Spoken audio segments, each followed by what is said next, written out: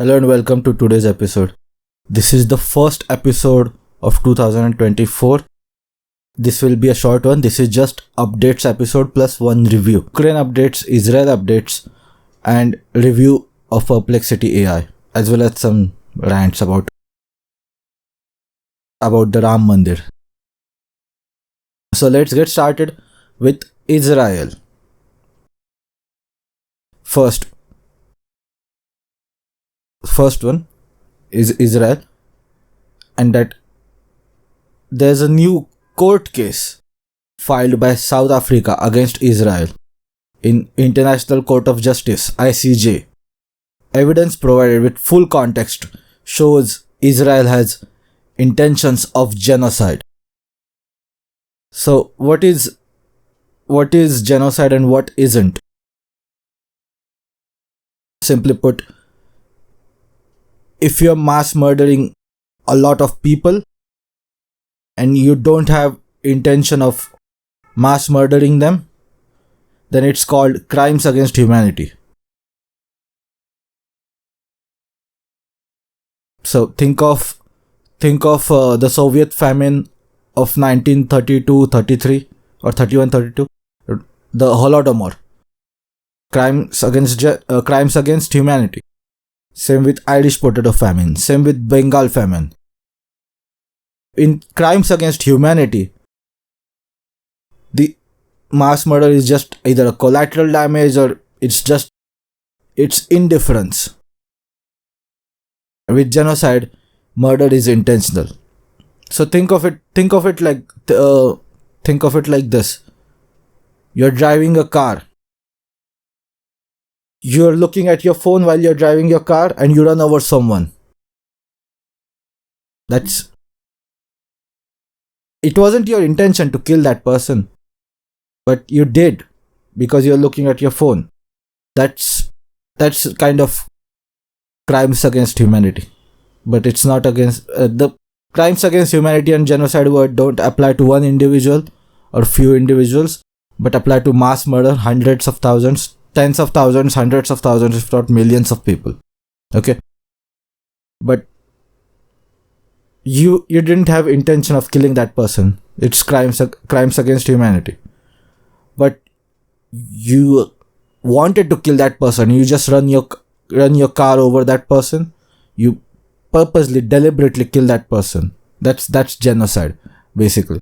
And there were many statements made by Israeli officials that kind of shows intentions of genocide. At least genocide by deportation, if not mass murder. They just want the Palestinians to go away, kind of like Armenian genocide, if that makes sense. Armenian genocide, Turks blamed Armenians for bad performance in World War I and some other wars, and they deported them from their native land, and something like 1.5 million Armenians were dead just because of deportation. Just they told them to leave this place. Turks did. And there are 2 million people in Gaza.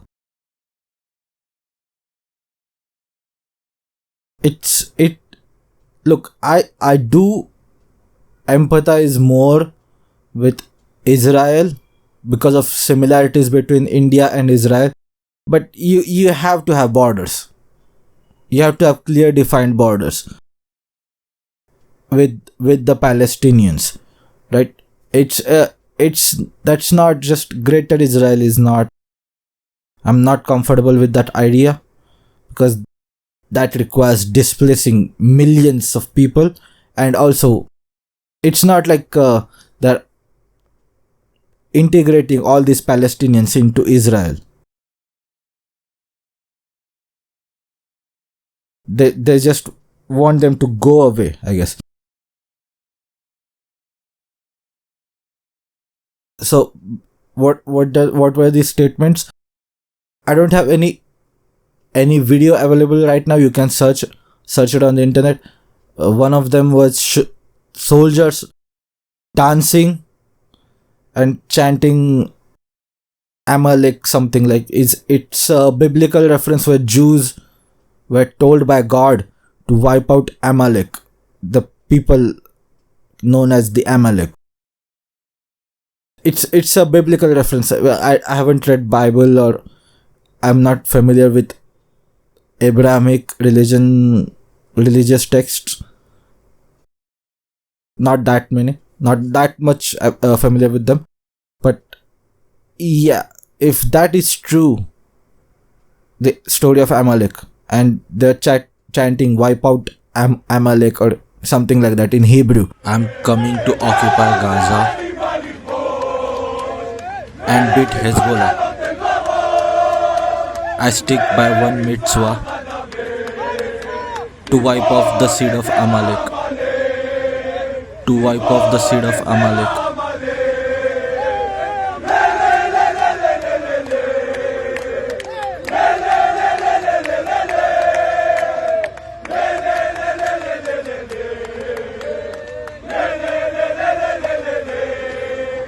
I left home behind me.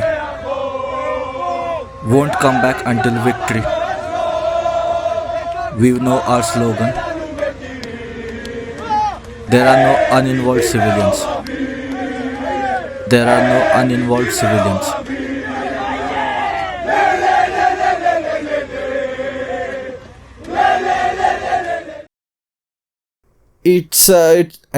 That statement came directly from Benjamin Netanyahu. Yeah, they probably have intentions of genocide. Look, I'm not saying they have intentions of genocide, but because the case isn't proven, this is still an ongoing court case. Israel's support is not looking good. The pro-Israel narrative is not looking good on this. Israelis and US are pretending this case is not serious, but they are scared behind the scenes. Why? Well, yeah, this case is not serious because it's not enforced by UN. This is not enforceable by UN. A cat here. This is not enforceable by UN. This is just a court case. But if proven that Israel has intentions of genocide, and Israel is committing genocide, if that is proven, it can isolate Israel diplomatically in the world. Israel is already kind of isolated. Most of the world wants it to have a two-state solution. Besides maybe United States, no one is completely all in on Israel the way they were all in on Ukraine. Many people, many countries. Israel has worked hard to make as many friends in the world as possible, and this case can destroy that. It has possibility of destroying that, and it can isolate Israel in the world.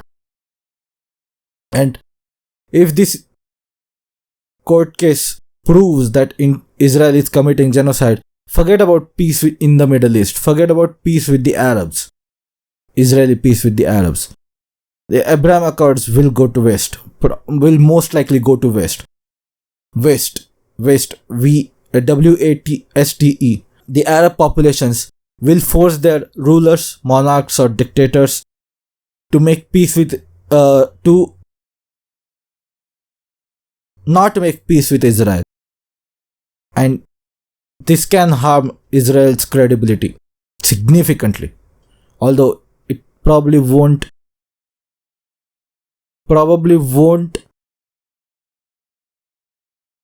force Israel to stop because it's not legally enforceable. It's a very weird system. What kind of court cannot force something legally? You know what I mean? Next one. In the Israel updates, Yemen's Houthis disrupting global shipping. Israeli ships are hit regularly, others occasionally or accidentally. Chinese ships not hit at all. Very suspicious. Not even accidentally. They're not hitting Chinese ship. Other ships were hit occasionally. Some of them were hit accidentally. But Chinese ships, they were not hit at all. At all. Well, ISIS got reactivated. ISIS did. There was a bomb blast in Iran on the death anniversary of Soleimani, which was killed by US President Trump in airstrikes or missile strikes in 2020. And on his anniversary, people came near some place to mourn him, and that's where the bomb went off, and ISIS has claimed responsibility. Many have said ISIS is puppet of US and Israel. If you look at how ISIS was at least indirectly helping, if not directly, I don't have any evidence, but at least indirectly helping US to overthrow Assad in Syria, the Syrian leader Assad. ISIS might be puppet of US and Israel. US establishment beating war drums against Iran. They wanted to go after Iran since the Iranian Revolution and hostage crisis in late 70s and early 80s. I think it was Wesley Clark who said after 9/11 or Iraq war, when Iraq war began, that US wanted to hit 7 countries. Iraq was one of them. Lebanon was one. Libya, Syria, Yemen, Somalia, and last one was Iran. All the countries have been destroyed through one way or another. Either their economy is destroyed, they're under sanctions, or through the Arab Spring, many were removed, many countries were destabilized, except Iran. And all these countries that were destabilized by the West created a power vacuum in those countries, and Iran stepped in to fill that power vacuum and started competing with US for dominance in that region. US, Israel, and Saudi Arabia. If you create a power vacuum, someone else will come in to fill it. It's that obvious. Why didn't they think that? Why did they underestimate Iran? I don't know. Also, Iran, if I remember correctly, has intercontinental ballistic missiles. That means they can hit United States, the homeland territory. American people, they are not used to see war in their own territory. The last big war was the Civil War. Killed something like 900,000 people. That was the last big war in American territory. Others have been small wars or indirect wars that US public was exposed to. So let's say the Pearl Harbor incident, after which US declared war against Japan. This is during the Second World War. Pearl Harbor incident killed something like 3,000 people, 3,000 people. 9/11 terrorist attacks killed more than 3,000 people. And Vietnam. Now Vietnam was an interesting case because US wasn't attacked in its home territory, but US had a draft and they were sending many men to Vietnam, and they were coming back in body bags, dead in body bags. American citizens who were drafted to fight in the Vietnam were coming back dead in dead body bags. And US public was sufficiently exposed to all the violence and casualties because of the draft and because of media that they rose up, or I guess tried to stop and successfully stopped the Vietnam War. US pulled out, South lost, the communists won. After which the US decided to take revenge against the Soviet Union in Afghanistan in the 80s. But that's another topic. The point is, Iran has ICBM capabilities. Iran can strike United States home territory. Unlike these other territories like Iraq and Syria and other territories, they couldn't strike US very well in their homeland. Iran can. And this is another dangerous part. No one knows what are the nuclear capabilities of Iran. They wanted to make nuclear weapons. They had some deal with the United States. US would remove sanctions on Iran and Iran would not develop nuclear weapons in the Obama administration. And Trump unilaterally withdrew from the Iran deal. Well, guess what? That means Iran can develop nuclear weapons and they probably will have help from Russia or China. Not direct help, because that's not legal, but maybe indirect help, maybe. But the point is, if Iran gets nuclear weapons and combine that with ICBMs, that means Iranians are on their way to the top. Only other countries that have both of this are United States, Russia, China, North Korea, and I think India has them. And like few major powers have these capabilities, and Iran will enter that club. Iran is already kind of a major military power, but not an economic power. But it's kind of like North Korea, but Iran has natural resources, mainly the oil and natural gas, unlike North Korea. So Iranian economy is in much better shape than North Korea, but at this point, they don't have nuclear weapons like North Korea. Their nuclear capabilities are unknown.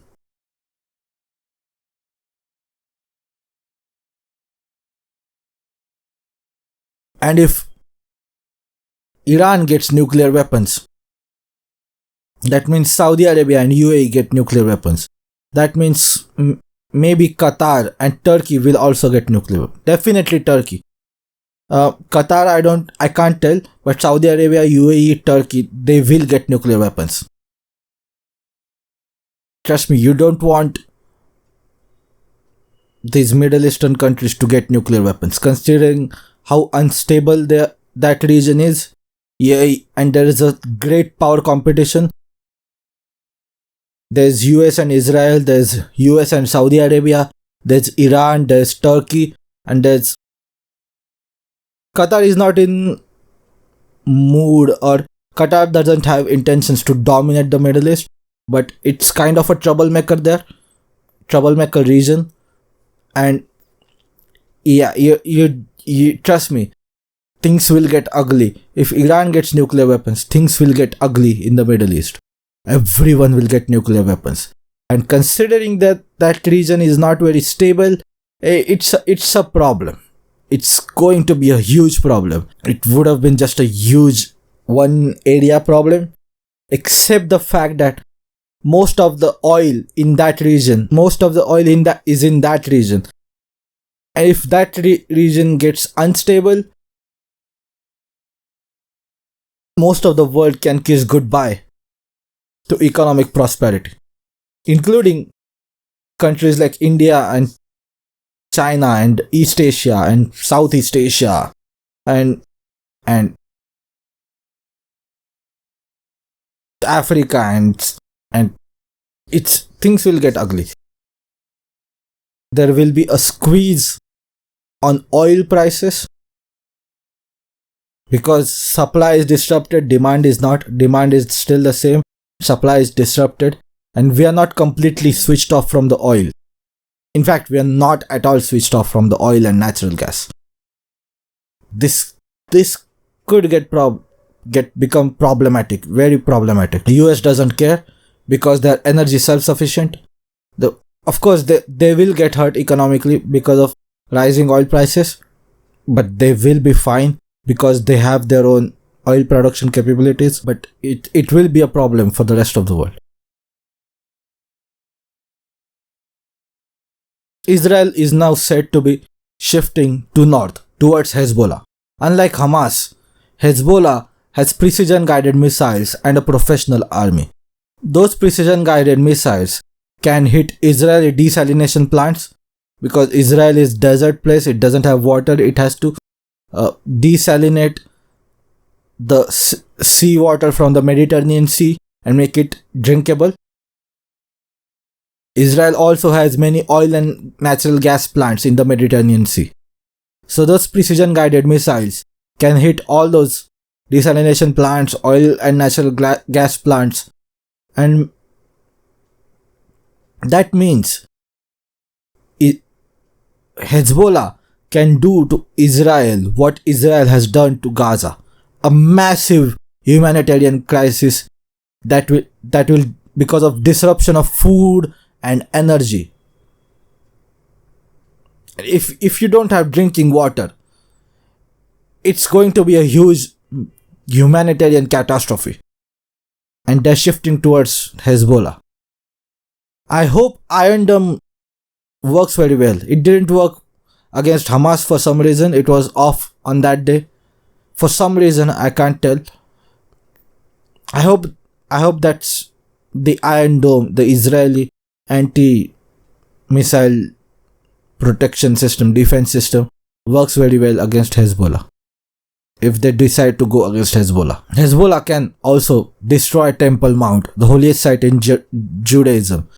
But they're unlikely to do that, as it might destroy Al-Aqsa Mosque, the third holiest site in Islam after Makkah and Medina. But if they hit Jerusalem, they can destroy Israel both from cultural as well as economic point of view. Like what's left for Zionism if all the desalination plants, oil and natural gas plants and Jerusalem is destroyed? Well, Israel has the Samson option, which means all-out nuclear war if they're under that threat. They haven't disclosed their nuclear capabilities, Israel, but we know, pretty much everyone knows, they have nuclear weapons. So, here are the questions. Will US go to war against Iran despite being low on artillery and ammunition? Will Iran go nuclear? Will Israel go to war against Iran? Start a proxy war against Iran? Questions remain to be answered. Next topic. Ukraine updates. Ukraine is now publicly losing since it is not the current thing anymore. Israel is. Ukraine was losing basically from the start. They had that upward trajectory, a little upward trajectory in later half of 2022, but no, that they were losing in the beginning, and throughout the 2023 they were losing. That's the reality, and that reality was hidden by the corporate media. For some reason, I can't tell why. Maybe propaganda, maybe. But I can't tell why they were hidden. Those reasons were hidden. The current estimate stands that Russia has lost Russian casualties, killed in action, or they cannot return to war, disabled or major injury. Something like that.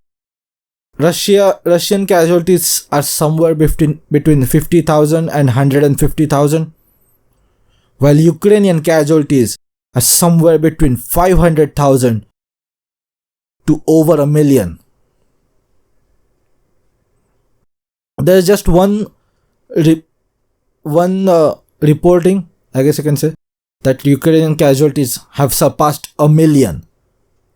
Most reports are saying the casualties are more than 500,000, 500,000. President Zelensky is said to be delusional about victory almost messianic. Zaluzny, who was the head of Ukrainian military, has fallen out with Zelensky.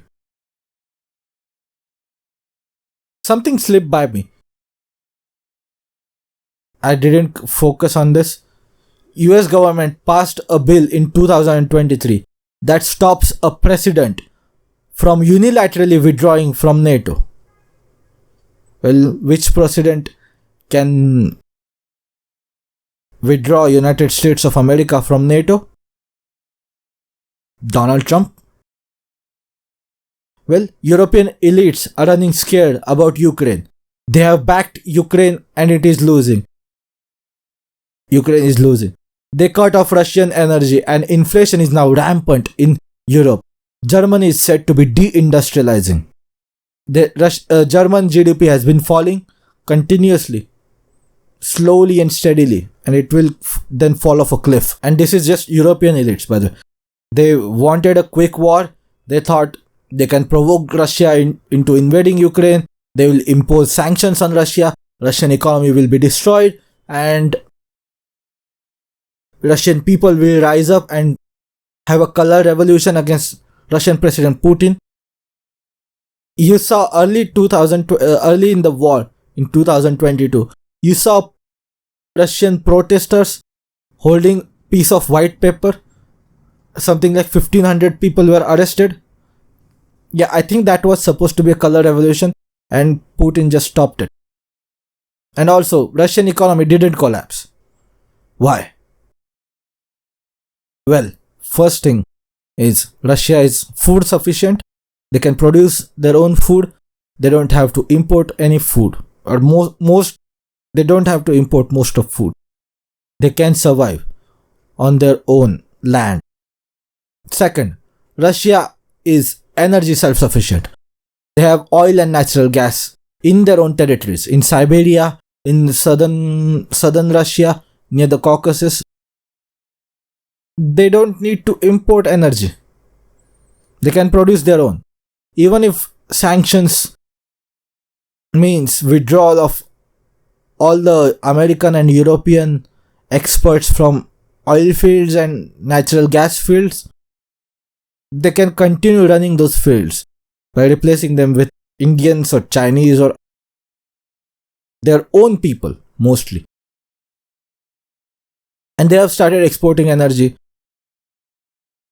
to China and to India and to other countries, mostly China and India. But they are also still exporting energy to Europe because of the contracts they had, and they haven't completely sanctioned Russian energy enough that Russian companies can still honor and fulfill those contracts they had. Although I don't think those contracts will be renewed again. At least not now. Not for now. So they're energy self-sufficient, they're food self-sufficient, most of the industry they've lost. Most of the industrial technologies they've lost from the West. Well, China has stepped in. Simple. And plus they have friends like North Korea and Iran who've been under sanctions for decades. And they know how to dodge sanctions. And they're friends with Russia. And Russia can take their help. Also, Russia has a military-industrial complex, which means they produce their own weapons. Most of them, at least. They're importing some drones from Iran, and they're importing some artillery shells from North Korea and some missiles from North Korea. But they're mostly self-sufficient in terms of defense, in terms of like military industrial complex. So they didn't collapse.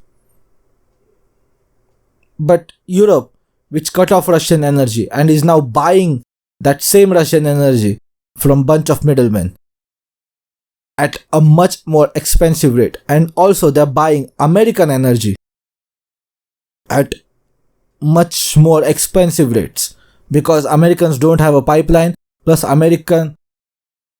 there is an entire ocean called the Atlantic Ocean between America and Europe. So even if there is a pipeline, that it's impossible, and those pipelines takes many years to build, if not at least a decade. So Russia was the geographically the closest option they had, and they have cut that off. They're also scared about re-election of President Trump, who was against US in the NATO. That means they have inflation, Ukraine is losing, Europeans are facing inflation, and if US stops supporting them, that means Ukraine will collapse completely, and they'll have to face European elites, the European politicians have to face accountability from their own people. They'll get destroyed electorally, if not, a revolution.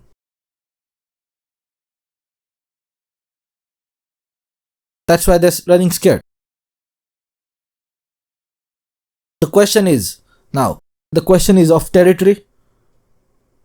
How far will the Russians go? Will they annex Odessa, a historically Russian city built by Russian Empress Catherine the Great, and link up to Transnistria in Moldova to the west of Ukraine? If they do that, Transnistria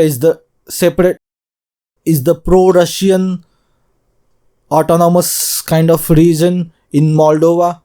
Moldova was itself a part of Soviet Union. Moldova is another country that should be broken up between Russia and Romania. Let Transnistria, the eastern part of Moldova, join Russia, and let rest of the Moldova join Romania. But anyway, if Russians annex Odessa and link up to Transnistria and Moldova, they'll cut off Ukraine from the Black Sea completely. That means no navy, no ports. Much harder for Ukrainians to export. Ukraine is a nation of farmers. It's one of the richest. Ukraine has one of the richest, if not the richest, soils in the world. They're said to be like, you can just plant a seed anywhere and it will grow a tree or a plant. That's how rich that Ukrainian soil is supposed to be in minerals for farming. But if they cannot export that food, that means Ukrainian economy will collapse completely. Other question is, what will they do to Kharkiv or Kharkov, another historical Russian city? Will they annex Kiev itself, the capital of Ukraine, but also the starting point of Russian civilization, Kiev and Rus? The only thing I'm sure of is that they won't go to the western Ukraine. They won't go towards Lviv, although they might bomb it heavily. The western part of modern-day Ukraine came from Poland and other countries. Soviets invaded Poland 2 weeks after Nazi Germany did during the Second World War. Poland, after the war, was compensated by Stalin with territories from East Germany. So entire territory of Poland moved towards the west from before the Second World War to after the Second World War. The western part of Ukraine has Polish, Hungarian and Romanian minorities and have nothing to do with Russia. So Russia will not go after these territories, at least they will not annex them, unless they absolutely have to. They don't want to go in there. But all the territories that are east of the Dnipro river are fair game for the Russians. So eastern half of Ukraine, all the eastern half, not just Donbass region, not just Donbass and Crimea, but all the eastern half of. So it is hard to tell the future of Kharkiv, Kiev and Odessa. The future of President Zelensky is also under question. Will he be killed by Ukrainians themselves or under the orders of the West? Will he be killed or arrested by the Russians? Will he run away and take refuge in the West? like that Afghani president Ghani, I think his name was. He ran away from Afghanistan after Taliban took over Afghanistan in 2021. Europeans are preparing for a war against Russia. Swedish government has told its people to prepare for a war against Russia. Before 2022, Sweden didn't join NATO. It didn't join NATO during the Cold War. Also, German government is also telling its people to be prepared for a war against Russia.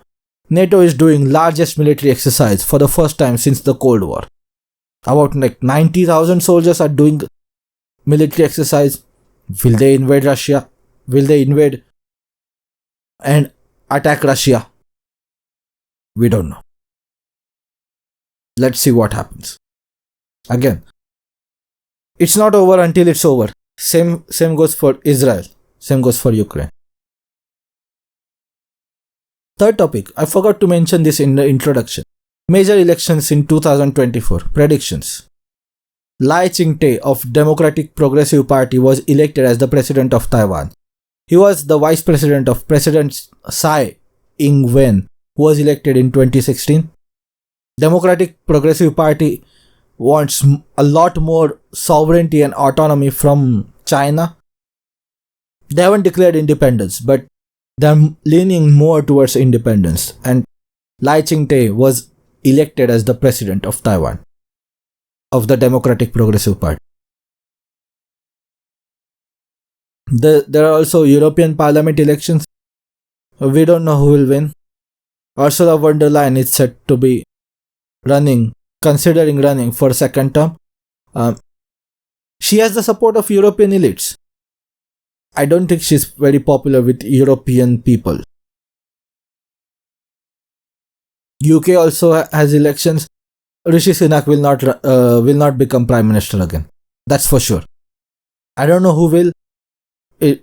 His opposition leader is named Sir Keir Starmer of the Labour Party. Labour Party is the Liberal Party. Tories are the Conservative Party. Most likely Keir Starmer wins. There will not be a major change in UK's economy. Culturally, probably yes, but economy not that much. UK's economy, it will be terrible for a while.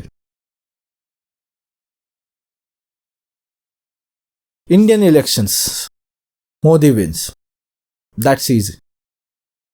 That's just the truth. US elections. The most unpredictable election in the history of United States. Will Joe Biden survive? Will he run again? Or will he retire due to health concerns or whatnot? Will Trump survive?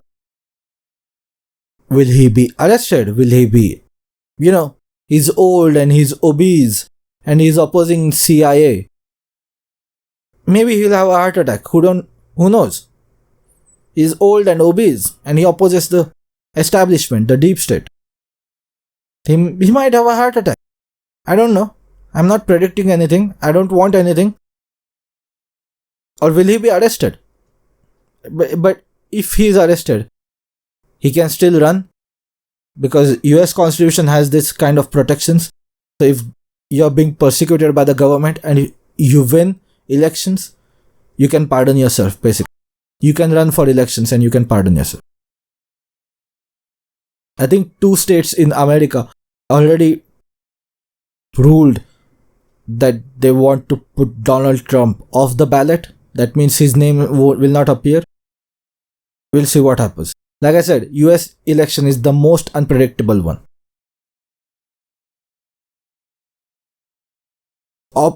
Complete opposite of that are the Russian and North Korean elections.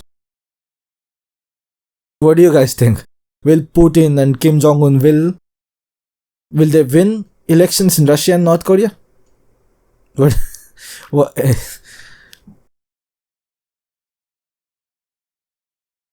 Next topic is the topic of revival, beginning of revival of Indian civilization.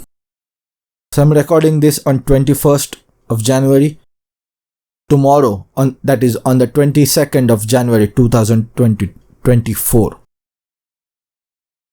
PM Modi is set to inaugurate Ram Mandir. So, brief history of Ram Mandir. Ram Mandir is the temple of God Ram. It was the avatar of Vishnu, and there's a epic called Ramayana, Hindu epic called Ramayana. There are two major epics, Ramayana and Mahabharata. Ramayana is the Lord Ram is the leader or lead character of the epic Ramayana. And his temple in his birthplace called Ayodhya has existed for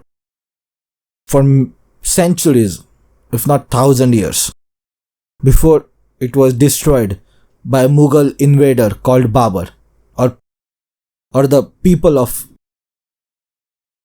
supporters or followers or army of Mughal invader Babur. On top of that temple, Babri Masjid was built. And in early 1990s, that Babri Masjid was destroyed. The court case went to Supreme Court, and Supreme Court said Ram Mandir is the legitimate one, Babri Masjid is illegitimate one because there was archaeological survey done of that place, and they found yes, Ram Mandir was the older, and the Mughal invader built the Babri Masjid on top of the Ram Mandir. There are said to be about 40,000 temples in India which were destroyed by Islamic invasions that lasted 6 centuries, and almost all of them have masjids built on top of it. And if you want a non-Indian example, consider the Hagia Sophia, I think it's called, the mosque. It used to be a church in Turkey. It used to be a church, then it became a mosque, then it was a church again, now it's a mosque again. That was the strategy of Islamic invaders. They will build mosques on top of the native religious place, like in this case temple. In the case of Turkey, it was a church. Supreme Court gave verdict that Ram Mandir is the legitimate one, and PM Modi will inaugurate Ram Mandir. It's still under construction, but now tomorrow's time is said to be the most auspicious one, so they're inaugurating ahead of the complete construction of Ram Mandir. And that this is a major one. Ram Mandir was not there for 500 years. It's a civilizational level event. There's no doubt about this. This is a civilizational level event in India. And there's nothing that comes close to this in terms of the populist backlash against the liberal establishment that happened all over the world in 2010s. Nothing comes close to this. This is a civilizational level event. And I'm happy for it. Again, I'm not saying mosques shouldn't be here. Worship whoever you want. But if the mosque is built on top of a temple, what's the point? Build your mosque separately. People have private property rights. You can build it separately. You don't have to demolish the existing religion or the religious place and build a mosque on top of it. So that's it for tech news. That's it for international news, and last topic will be tech news, and I'm going to tell you what I think about Perplexity AI. Oh, I kept seeing this name on X, formerly Twitter. I decided to try it. I'm running the free version. I've run the free version. The Perplexity AI is a question and answer machine. It's more nerdy and factual. So ChatGPT and Google's Bard they're more creative. They have more creative bent, I guess you can say. But Perplexity AI is more nerdy and factual bent. Has a factual bent.